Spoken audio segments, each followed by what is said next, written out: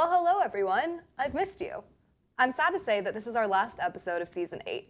And it's also the last episode I'll be producing, because I graduate in just a few weeks, which is terrifying.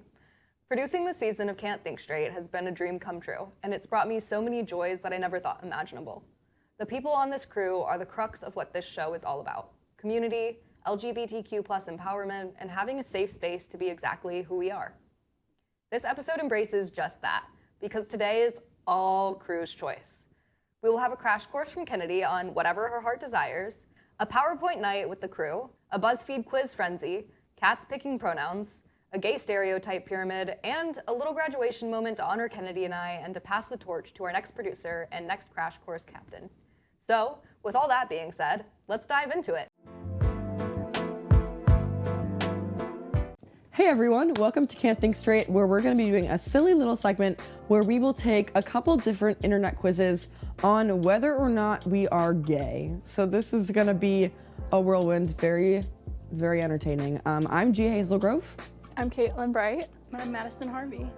And, I think this is going to answer all of our questions. We've all been really curious for a long time. And, I think BuzzFeed really holds the key and answers to our sexualities. What do you guys think? Yeah, no, I think, right. BuzzFeed's going to have the answers, not us. Yeah, no, yeah, BuzzFeed holds the keys to the universe. And that's the truth. So with that, let's jump right into it. Question 1. Who do you find attractive? Who have you had sex with? Question number 2. Question number 3. Clutching my pearls. Question number 3. Who do you have sexual fantasies about? Wow. Ew. Hello. With whom do you form strong emotional bonds? Oh, interesting. Okay. Who do you feel most comfortable socializing with? I'm friends with plenty of gay, straight, and bi people. Yeah. I mean, I feel like That's... obviously when we're on set here, the demographic narrows. It's a little skewed. But in general, then Yeah. I have my going out friends who are mostly straight girls, and then I have debate team friends who are wide variety. Yeah. So yeah, it depends. A little mix of everybody. Right, a little sprinkle. We don't Sprinkle. discriminate. All right. How would you identify yourself to others? So they're asking us for the answer. I thought they were telling us. this is gonna be the answer. Cheating. Okay. I love that they include, I don't like labels. I agree with I that. actually might choose that I think one. that's where I'm leaning. I'm also leaning with that one because I've recently decided that labels are stupid. Me too. That wasn't a recent decision. That's been a yeah. decision I made for a while, but yeah. I'm gonna go with it. I know exactly what you mean. I don't need it. What do you think of yourself as? This is also they're homosexual, bisexual, straight. They're asking for the answer again. Okay, I try not to think about it much. I genuinely don't I think think I about it. perseverate all the time. I try not to perceive myself. Okay, we've got absolutely no perception. Way too much a perception. I'll be in the middle. Okay. Well, I mean, trust me, I'm Right. very violently self-aware. but in this context, I don't think I about got it you. very I got you. often. Okay. Equal parts homosexual and heterosexual. It says, if I can talk. At times you found yourself drawn to different types of people, gay, straight, male, female, and whatever else. Your sexuality is about as fluid as it gets, and it'll probably remain so as long as you're having sexual impulses. Whoa. Wow. Thoughts? This quiz is very vague. There's so many. I think some of these answers weigh a little heavier on the results than others. Like the ones that ask you about your identify. The ones that literally ask you for the answers to the test, yes. But then the answers are so vague and they're missing a lot of context. So, I mean, would I say it's accurate? Probably, but they asked for the answers. So, how accurate can it be when they're cheating? Oh my god, okay. I also got equal parts homosexual and heterosexual. I think that the sentence, your sexuality is about as fluid as it gets, that I feel really hits the nail on the head for me. Only because, I don't know. Yeah, I think I just personally, I do what I want when I want. Yeah. Whatever. I feel that. Very, very, again, the quiz was vague, but I also think if pestered about my sexuality, I also am vague because I'm just like, why do you need to know? Exactly. If not that, then like, I don't know. So I'm like, okay, like taking a quiz to get an exact label when I don't personally love a label. Say, for 3 people who just expressed that we don't use labels, taking quizzes to determine our labels. Okay, but again, like if I could be labeled, BuzzFeed didn't do a terrible job as saying fluid. I don't hate fluid. I got mostly homosexual. Hey! But it also said my sexuality is more fluid than most. So I guess everyone's Okay. sexuality is BuzzFeed's fluid. being vague to To give you your cover answers. up their Yeah. wrongness. I feel like only if you get the exclusively homosexual or heterosexual will it say the fluid's not. So overall impressions of the BuzzFeed quiz, a little bit vague. Yeah. Questions were kind of lacking context. right. They lacked context, and if they didn't, they were so straight to the point where it's like, why am I taking a quiz if I'm answering the question like, Yeah. it literally, am I gay? Yes or no? And then I pick yes, and they say, yeah, you're gay, and then I say, oh. Okay. Okay. Thanks for Okay, telling great. me. So like, meh, So, not if you're huge. questioning your sexuality, maybe don't take This this quiz probably to isn't figure it the out. place to go. Right. Yeah. Sexuality and the expression that we have for ourselves is always, always, always changing and evolving. And so don't base yourself off of a quiz, but know that there's a variety of ones that can give you some direction in life, whether that be based in science or some rando Reddit dweeb. Or some rando BuzzFeed editor. Right, you got that. Take a quiz at home if you're really feeling up to it. We hope you enjoyed watching ours. Thank you so much, and we will see you guys next time. Bye.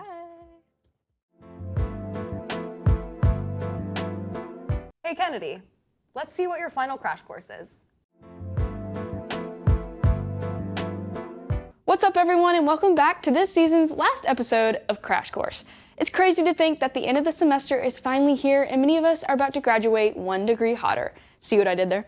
Anyways, Sadie pitched the idea of a cruise choice episode, and I loved it. I have had an idea for a crash course for a long time, but never knew exactly where to put it in with the other episodes.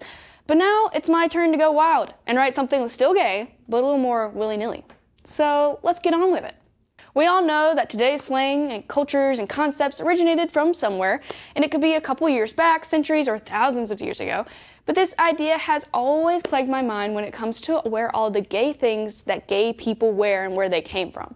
Like Birkenstocks, carabiners, and earrings. Like, where did these signals come from, and why carabiners exactly? Well, I'm here to finally answer this all-consuming question once and for all. So our first stop, Birkenstocks and lesbianism. For many years, the LGBTQ+ community has communicated their queerness through signals. Many times, these signals were through what they were wearing. It was the safest way to communicate to other queer folks, hey, I'm queer too, we should be friends, or in some cases, more than friends.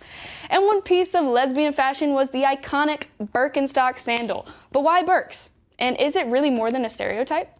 Birkenstocks were founded and produced by Joanne Adam Birkenstock in 1774 with the idea of comfort in mind. Eventually, Birkenstock sandals entered the US market around the 60s and became very popular within the hippie movement at the time, due to Birkenstocks having a simple design meant to echo the idea of living outside of social expectations. And with the challenges of the societal norms came the lesbians, who were also challenging gender roles and mainstream femininity. It is important to note that Birks were often very popular with the working class community, and butch lesbians were known for the love of work boots and more masculine aesthetics, resulting in sandals and lesbians being quite the iconic pair that signaled their pushback on traditional feminine fashion.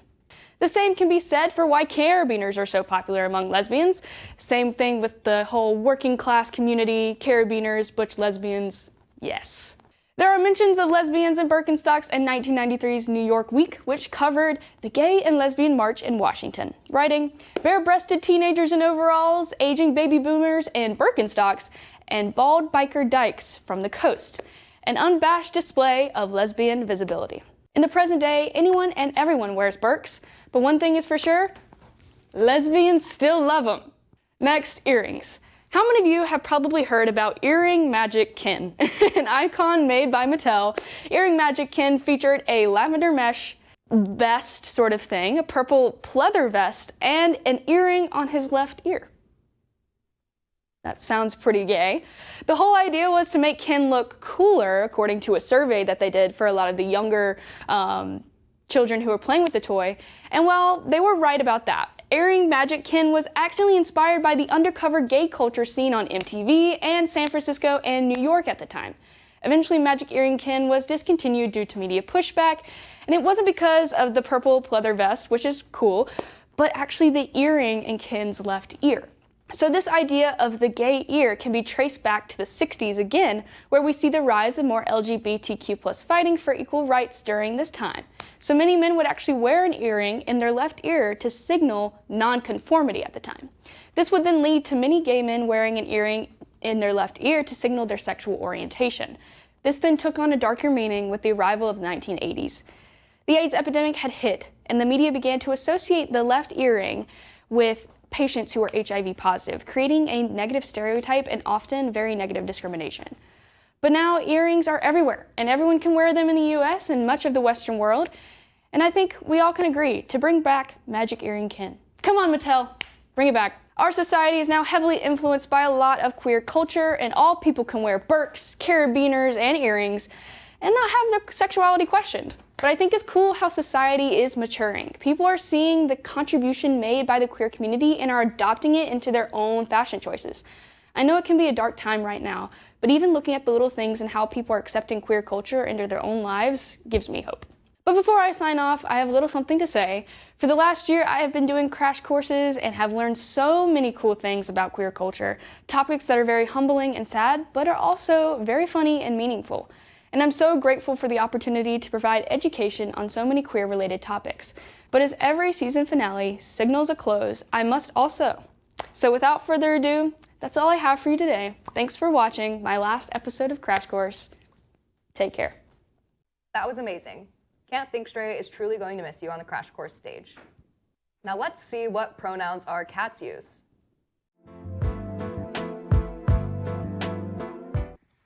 So this is Richie. He's about 1, and we're gonna pick our pronouns, our sexuality, and our political party today. Okay, Richie, let's pick your pronouns.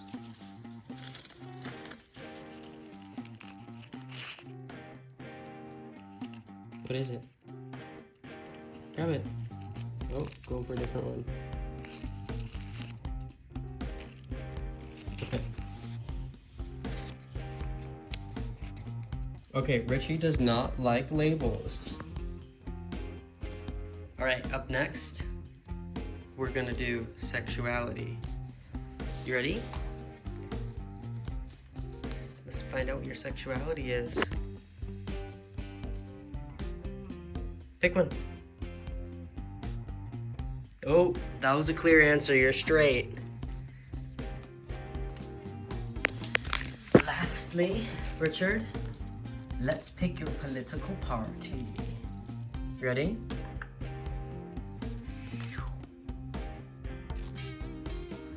Oh no.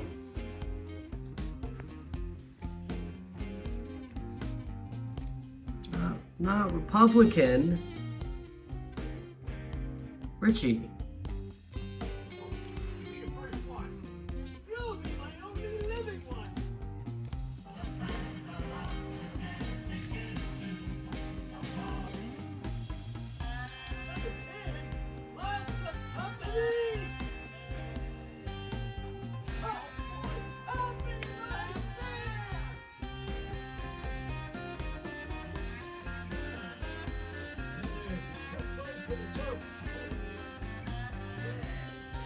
Poppy.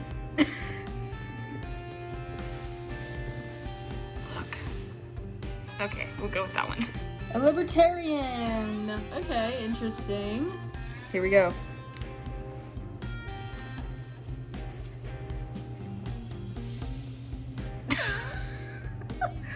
Here. Okay, we'll go with this one. She, her. Alrighty. How fun. Let's see the Dance Mom's pyramid of gay stereotypes.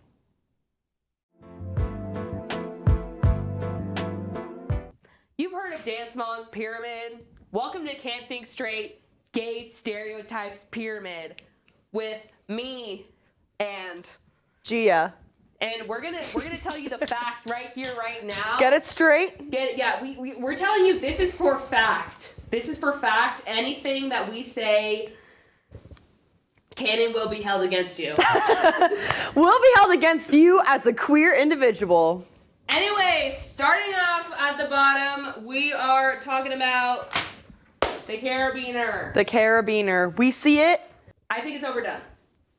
We think it's Sorry. overdone. I think that there's a little room for customization Yeah. within the I need to carabiner. start seeing more of these carabiners right in the middle. Right down the middle. I'm not seeing enough of it. We got left and right, now we need the middle. Maybe even over here in the back, a little tail. A little a little tail. Oh, a little tail. And then we're gonna move on to the middle of this, a flat brim hat. Flat brim hat. Shout out to our producer. Right. Now see, me personally, I have 5 flat brim hats. What does that say? According gay. to the gay stereotype pyramid, you would be included within the gay stereotypes if you be rocking a flat brim hat. It's also just, get creative. Why just flat brim, man? What other brims? What is the other brims? Now, anyways, the undercut. Now this one really is getting into the nitty gritty. Honestly, I hate an undercut. I don't hate an undercut. Sometimes they can be fun. I don't hate it when there's some shapes.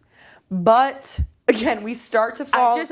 I'm sorry, I hate the grow out process. It looks ugly. That's fair. The grow It out looks process ugly, is rough. guys. And again, the I mean, shapes. yes, like it's an undercut for a reason. Like you can't see it, but like I know that's bad. Anyways, stereotype. moving on to the bigger and better things. Right, up to tier 2. That was tier 3. Again, tier 3, carabiner, flat brim, undercut. We're moving up in the world. Tier 2, U-Haul lesbians. U-Haul lesbians. What can I say about a U-Haul lesbian? They be hauling stuff. A little worker moment, a little tool belt moment. Little tool belt. They have a carabiner, most likely, but They may also have all of the above. Yeah, they actually probably have everything, which elevates it a little more. They're combining things. They know how to put stuff together. They know how to get things done. Reliable, strong, good, handy. You can never go wrong with a U-Haul lesbian. Oat milk latte. What do you know about an oat milk latte? Well, personally, I love an oat milk latte. Can't go wrong with an oat milk latte. Get you a little drink, but know that people are watching and people are thinking gay. Something that every gay person should have. The septum piercing. The septum piercing. I obviously have no bias about this.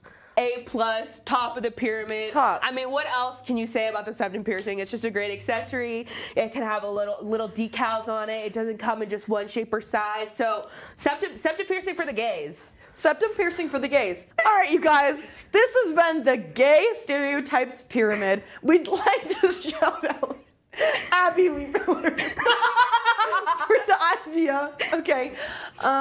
We'd like to shout out Abby Lee Miller for the idea behind this very innovative Shout out design Abby Lee and Miller. ranking system. Shout out Dance Moms too. Okay, the septum piercing takes the cake, but we will never forget oat milk lattes. Never. U-Haul lesbians, the undercut, a flat brim hat, and of course, a carabiner.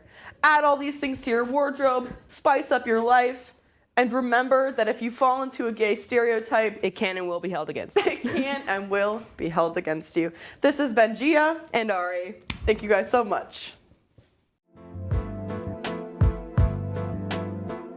All right, it's time for PowerPoint night. Welcome, class. Today we're going to be talking about how 9/11 ended daytime TV. A timeline. 9/11 happens.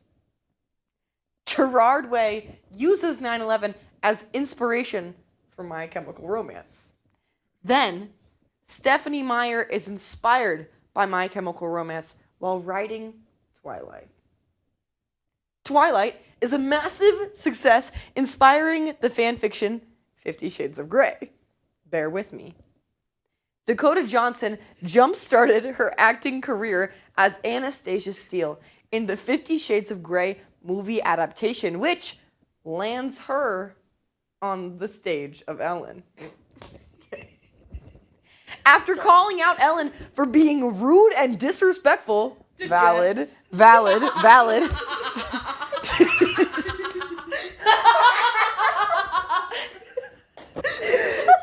Ellen show. 3 seconds? The Ellen show. Class. The Ellen show canceled.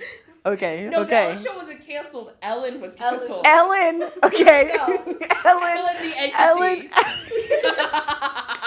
Ellen as a Hollywood name in the gutter. In the gutter. Okay. What, next. we can't name people Next. Ellen Next. anymore? Next. That is This led media as a whole to reevaluate the daytime TV formatting. Thank you. Goodbye, friends. Okay, guys, welcome to the rules of improv. I'm going to teach you how to riff because I think it's always important to know to just speak from the dome. Because sometimes, you need to know to just talk from straight from the head, straight from the heart, straight from whatever you're thinking right in the moment. Because, that's just the way life is. You just got to go with the flow. So we're going to go on. Yeah, why should you care? That's the question you're going to ask yourself, right? Why should I care about the rules of improv? My question to you is, why shouldn't you? Why shouldn't you care, dude? Like, come on, it's the rules of improv. Like, everybody loves the rules of improv. It's literally yes and. Like, you just have to know these things. And and we're already, What was your initial response to that, guys? What was your initial response to that? Think about that. This is the rules of improv. Anything's gonna happen. You have to be ready for anything. You have to be ready for absolutely anything. So, and you know what? I was ready. I was ready for this prompt because I'm always a step ahead. You guys are playing checkers. I'm playing chess. I'm playing chess. So really think about that. Next slide. I did something once. Someone famous. And these are really words to live by because people do things all the time, guys. People do great, amazing things, and they're going to say really inspiring things. That's the rules of improv because people are going to say and do things, and you're going to go, whoa, that was crazy. And so, next slide. Perfect. Thank you. Run it back. Throw another thing. Oh, did you catch it that time? No, you didn't because you're not listening. And you guys need to start. You guys need to see listening, start learning, start writing notes. I gave you 2 pens. Get the notebook out. It's time to improv. Next slide. Was that inspiring? Was it inspiring? I'm gonna need a response from the audience. Thank you. That was my TED Talk. Next slide. Next transition. Thanks. Hey fam, I'm going to be talking about the dabbing comeback, aka why 2025 should be the year of dabbing. So first off, dabbing brings happiness into your life. Sad? You dab, you're happy. You can never go wrong with a good dab. Again, sad? I don't want to cry? Just dab it away. You want to celebrate? Dab. You don't know what dance move to hit on the dance floor? Dab. There's always there's a song about it. Lean and dab. Some songs just have such a good beat that you just want to dab on every beat. You want to? Statistics don't lie. So if you look, dabbing peaked in 2016.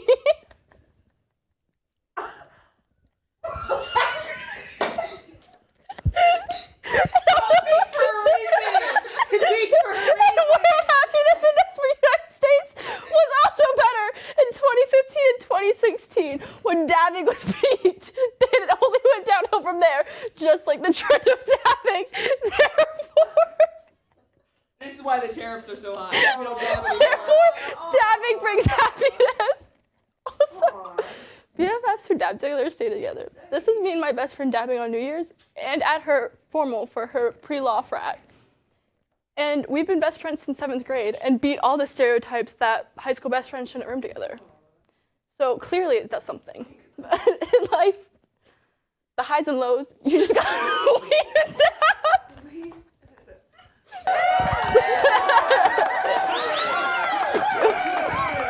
Hi friends, this is my presentation on why pro wrestling is drag.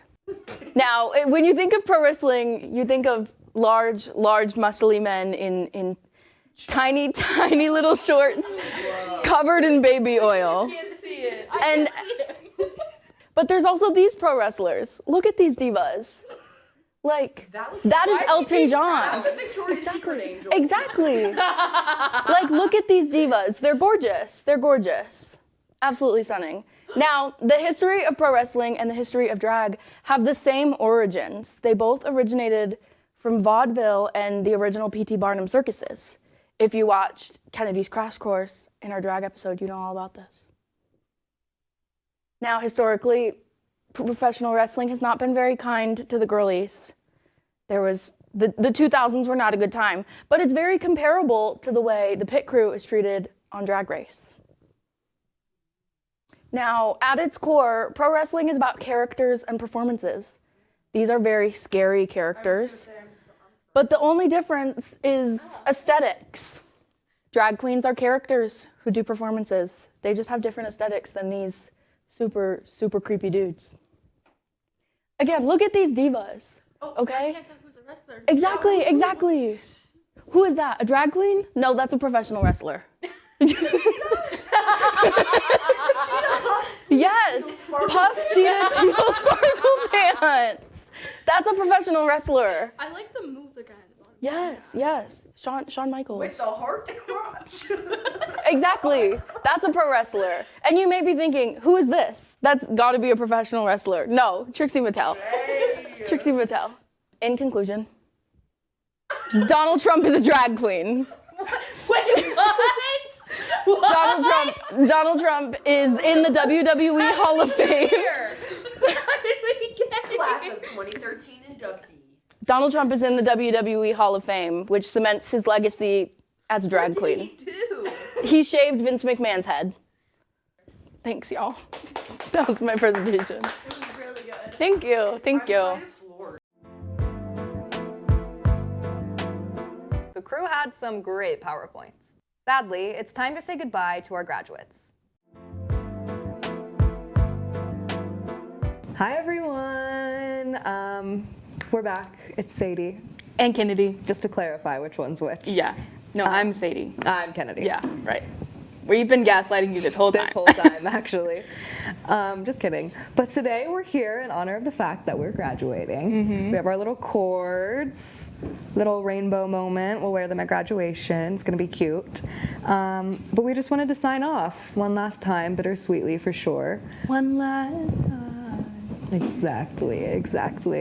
And we'll miss you all dearly. And I know that you'll miss seeing us dearly. Right. We do have some exciting news. Mm-hmm. Obviously, if we're not going to be here, someone has to do our jobs. Continue the legacy. Take the succession moment. Right. Your next producer is Madison. Well, And who's taking over Crash Course? Gia! Hey! Let's go!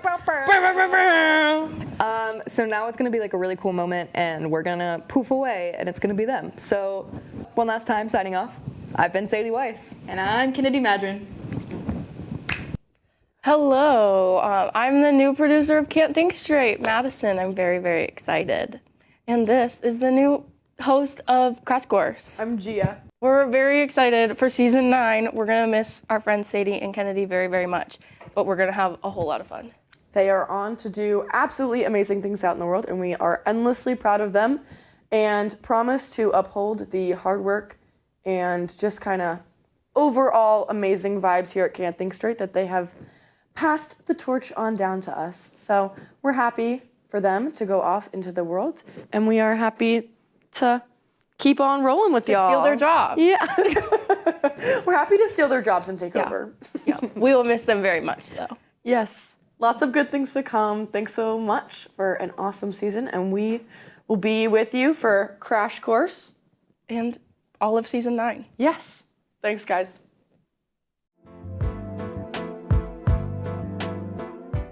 Well, folks, that's all from me this season on Can't Think Straight. I can't thank you all enough for watching this season and laughing and learning alongside us. Stay tuned for next season because I guarantee you won't want to miss it. Signing off one last time, I'm Sadie Weiss, and this has been another episode of Can't Think Straight. Black bar above it. Welcome to this silly little. And for once, I'm actually tall. I don't know. Nerms. I'm Jan. One thing, dang it. Meow, meow. Every First was we're gonna be taking. I will season say. finality. We're not trying to air out all There's of every Right, season right, finality. right. Finality. I keep saying finality.